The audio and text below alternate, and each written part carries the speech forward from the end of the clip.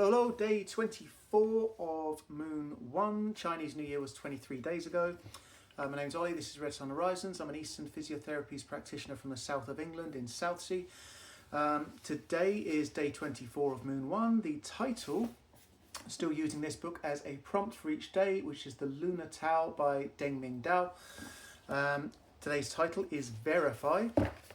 So, it's a bit of a triggering one for me, unfortunately, but yeah, I'm pushing through it anyway. So it's called Verify because it's about lots of stuff that's been happening over the last 4 or 5 years. But anyway, well, technically almost 6 now. So the opening title is to question, test, use every sense you have, and yet still believe that dawn will come. For the spirit is wrapped in reason. Nice and poetic. But ultimately it is about questioning narratives. It's very much about, from this perspective, they're talking about religion. So critical thinking is what we're talking about really. And it's what I really struggled with over the last 5-6 years because so many people have none or exercised none. But we are where we are and things are improving. And okay, so today is technically a fasting day again. So yesterday and today would be a fasting day, but that's pretty much it as far as there's no major events on day 23 or day 24 of Moon 1. So I'm going to go a little bit into fasting, things, intermittent fasting and different variations of. Nothing, I'm not going to go into too much depth on that, or keto, etc. Both of which I am using, although this month keto but not fasting because I'm also doing a parasite cleanse, which is all stuff like wormwood and black walnut and neem and the other one, clove, etc. And it's a 40-day parasite cleanse, so fasting alongside that is not really advisable, or at least not in a 24-hour plus fasting, which is my preferred one, but we will get to that. So the title is Verify, and actually I'm going to cover fasting first because that leads into that, and then that leads into the piece I've chosen from the Tao Te Ching. So fasting is effectively a period of time where you are not eating, you're not consuming anything that is considered fuel by the body. So even artificial sweeteners will, convince your body that something sweet's coming in, and insulin will spike and release. So you're not doing yourself any favours by having 0 calorie, 0 carb stuff on a fast. It really is just water and maybe green tea or some kind of, you can have black coffee, I wouldn't advise it. But, so yes, a fasted state, ideally when you first get into fasting, you can start off with the classic easy entrance one, which is the 12-12. So you have 12 hours, a lot of that is going to be made up from when you're asleep. 12 hours of no food, so you could stop eating at say 9 p.m. and then not start again till 9 a.m. or some variation of that, stop at 6 p.m. and not start again till 6 a.m. It's really easy, and then you just gradually elongate that and stretch that fasted window out until you get to like a sort of an 18-6, so 6-hour eating window, 18-hour non-eating window, which there are benefits to, absolutely. More so if you're already in ketosis, if you do the keto diet, which is where you predominantly eat fats, so you eat high amounts of fats, medium amount of protein, and very little to no carbohydrates, include especially sugars and fruits and flour-based stuff, but carbs. You monitor the carbs that are in the vegetables that you eat, such as you eat the more low carbs like the cruciferous vegetables. The yin vegetables, so they're yin because they're growing towards the sun is yang, they're seeking out their yang counterpart. The yang foods tend to grow in towards the soil because the soil is yin and they are yang, they're seeking out their yin counterparts, so they are the root vegetables, etc. They generally contain more starches and in some cases sugars, such as things like carrots. The ones where you get away with it a little bit more are the ones that are they're root vegetables, but they grow halfway above, halfway in, so like radishes and beetroots, etc. Okay, so fasting is has numerous different ways, numerous different benefits. You can benefit obviously from, especially if you're on a ketosis, your body is then attuned to eating or resourcing energy from fats, and it's very good for feeding the brain. So you get not BCAAs, medium chain triglycerides, so MCT, which comes from fat, and then your body takes that MCT and turns that into ketones, hence the name keto diet. So if your body is already attuned to keto, as in to resourcing fat for energy, it really helps with get your inflammation down as well. It really helps with feeding the brain, and you generally have more, some people even go quite hyper on it, as I was last month, or sometimes, but not so much this month. And I think that is really just the depressive side of I'm now like 12 days into this parasite cleanse, and so it's like, yes, the keto is bringing me up, but then that's kind of bringing me down, and it's kind of somewhere in the middle. But yep, that was sorry, weird noise coming from outside.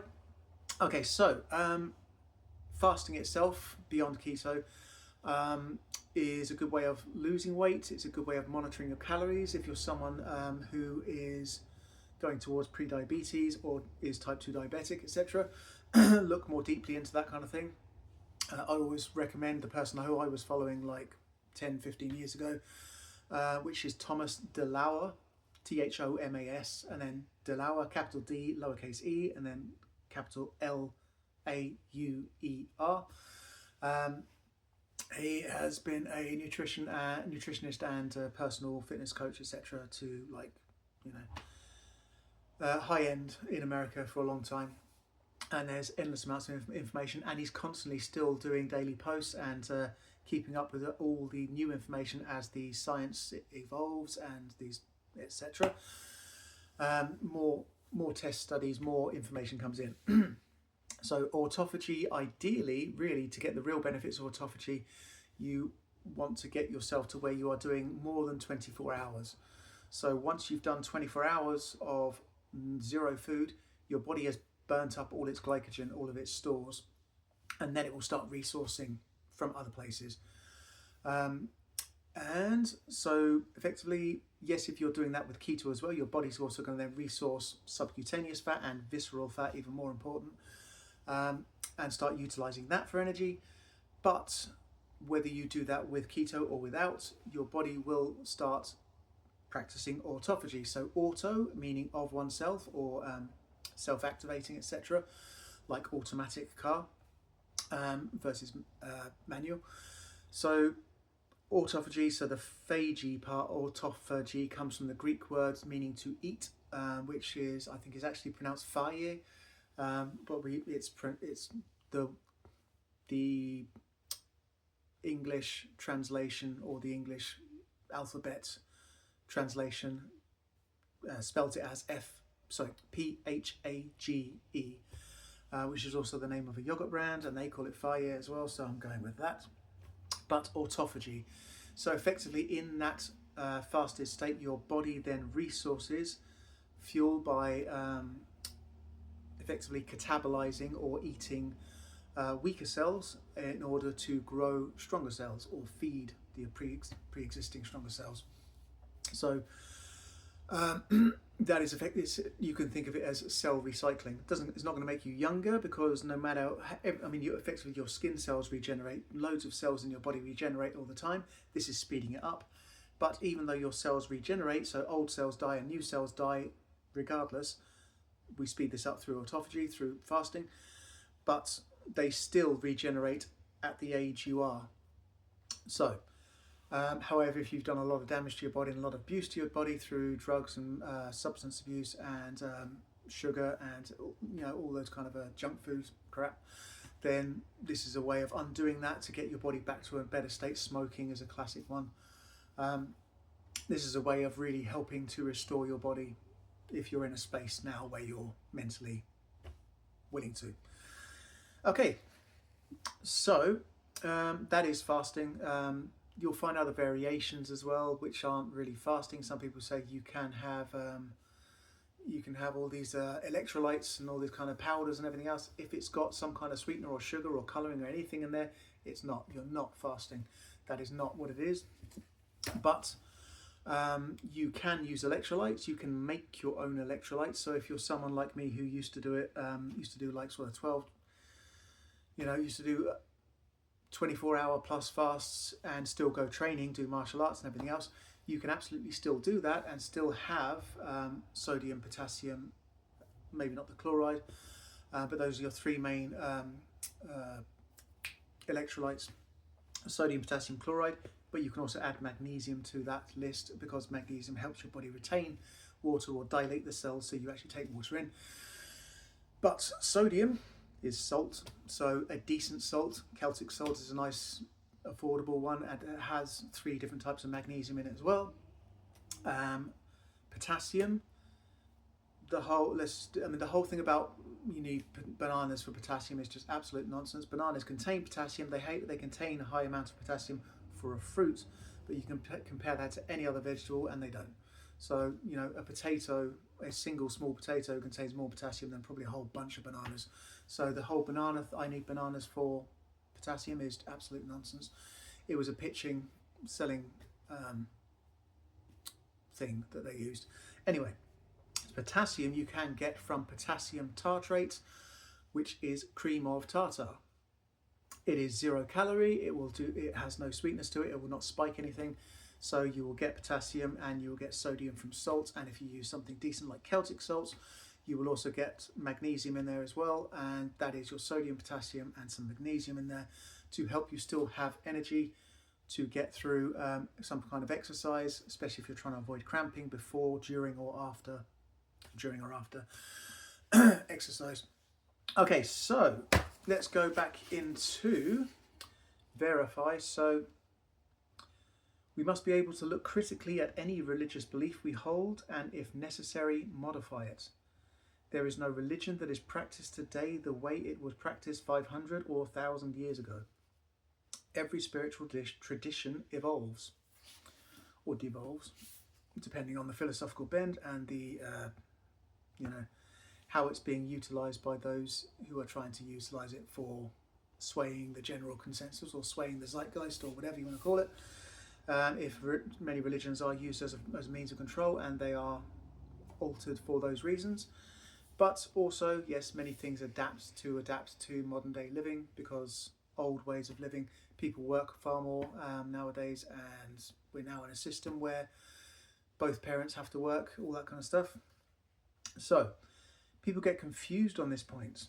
So in the effort to ensure that their beliefs are valid and true, they try to make sure these are as close to what their founders taught as possible. Taoism in this sense is no different. Taoism is a religion, ultimately. So in my mind, anything that is, a very large cult is still a religion. It's there is a celebration in here, which is a celebration of old Taoist poems, etc., or poets. So there is one in here, and I will just read that through pretty quickly. And then, so this is from the Kalama Sutra. So this is the Kalama Sutra. So the Kalama were a people. So this is teachings to the Kalama people that each person must verify what he or she learns before practicing it. And this is really also very true in martial arts. There's a whole thing within martial arts, and I fell prey to this a little bit here and there as well, of just learning the next form and the next form and the next form, but finding out you've just learned a really wishy-washy form, which is very display and all this kind of stuff. Wushu is classic for this. It doesn't really hold much martial benefits in that sense, or learning forms without actually learning the function. Form with no function is not martial, it's just a dance, effectively. But, so, the poem is: do not go by revelation, do not go by tradition, do not go by hearsay, do not go by the authority of sacred texts, do not go by the grounds of pure logic, do not go by a view that seems rational, do not go by reflecting on mere appearances, Do not go along with a considered view just because you agree with it. Do not go along on the grounds that the person is competent. Do not go along simply because the recluse is your teacher. Kalamas, when you know yourself that something is wholesome, that something is not blameworthy, that something is praised by the wise, then undertake and observe. If these things lead to the benefit and happiness, then undertake them and abide in them. So, yeah.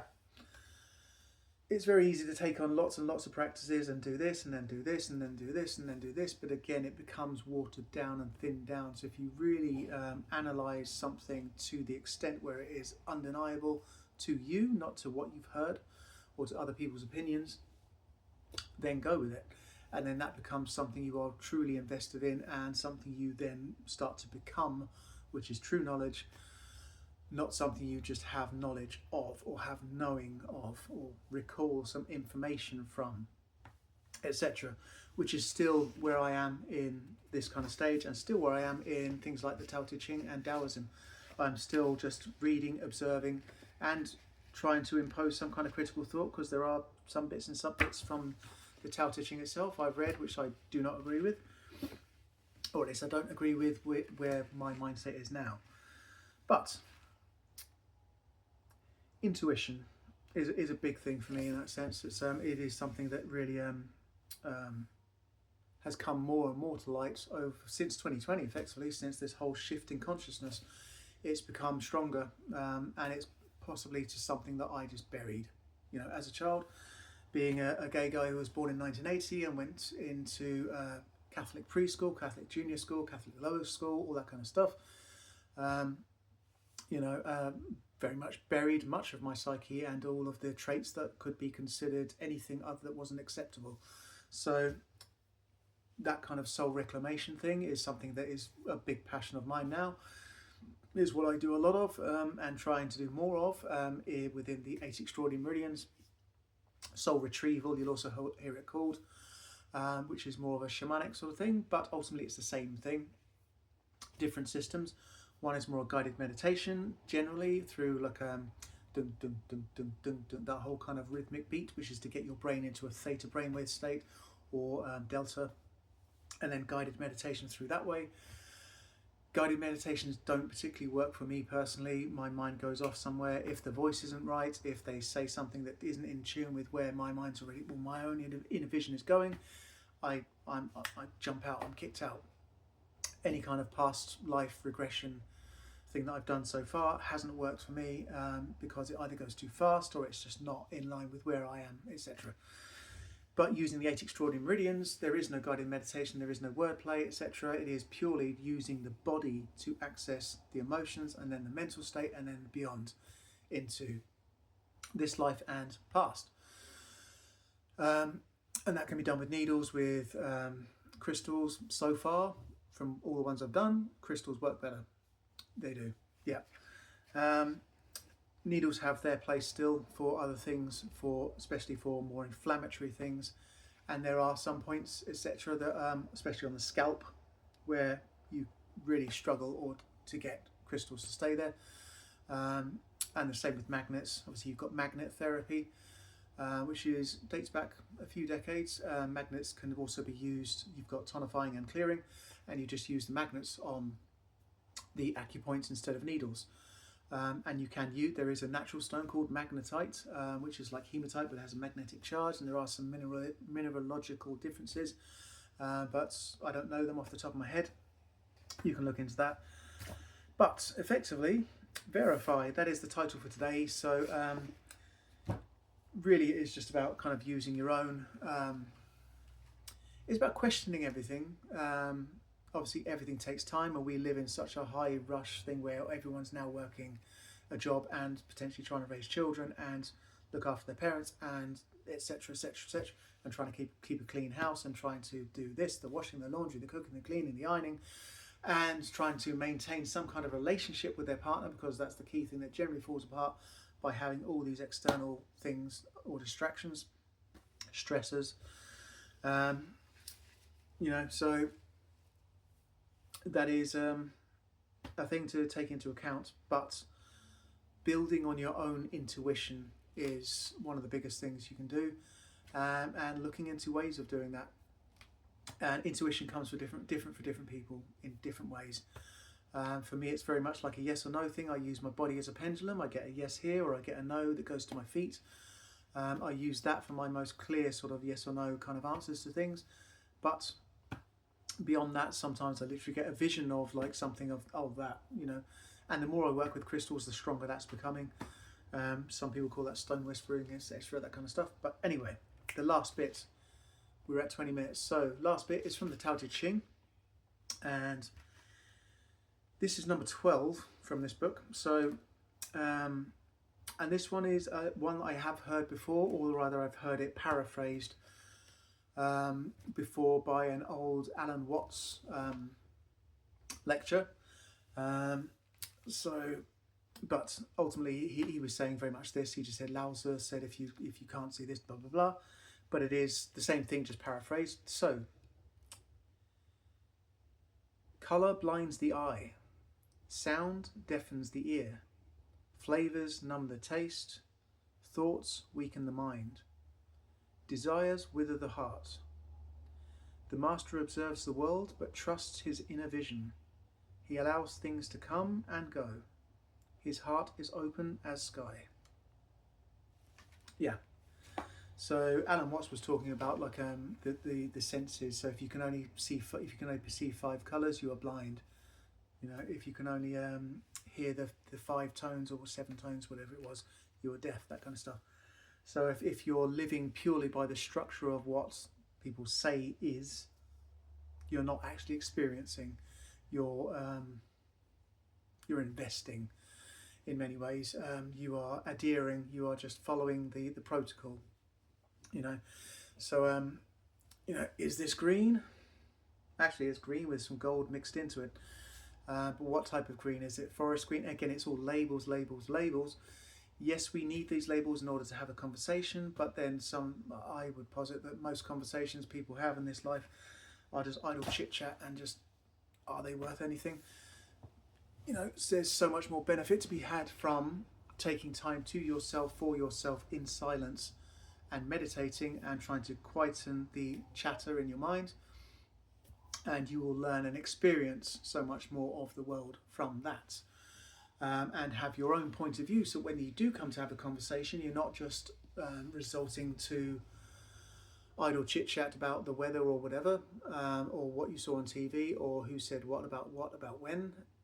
You will have a deep conversation perspective to converse from. And those are the conversations I'm interested in. Idle chit chat is something I get drawn into. I wish I could walk away from it half the time, but I know that's rude. So, you know, it is what it is. Anyway, if you haven't noticed, I'm not in the best way. I'm in a slightly grumpy mood today, but yes, I am effectively now 2 weeks into a parasite cleanse. Hopefully at the end, and apparently we're in another retrograde. I've never really let those things, Mercury retrogrades, I've never let those affect me or paid any attention to them. Again, it's a structure. You are what you believe. You are what your truth is, what you believe, and what you invest your spirit into. I'm going to leave it there, and I'll see you tomorrow.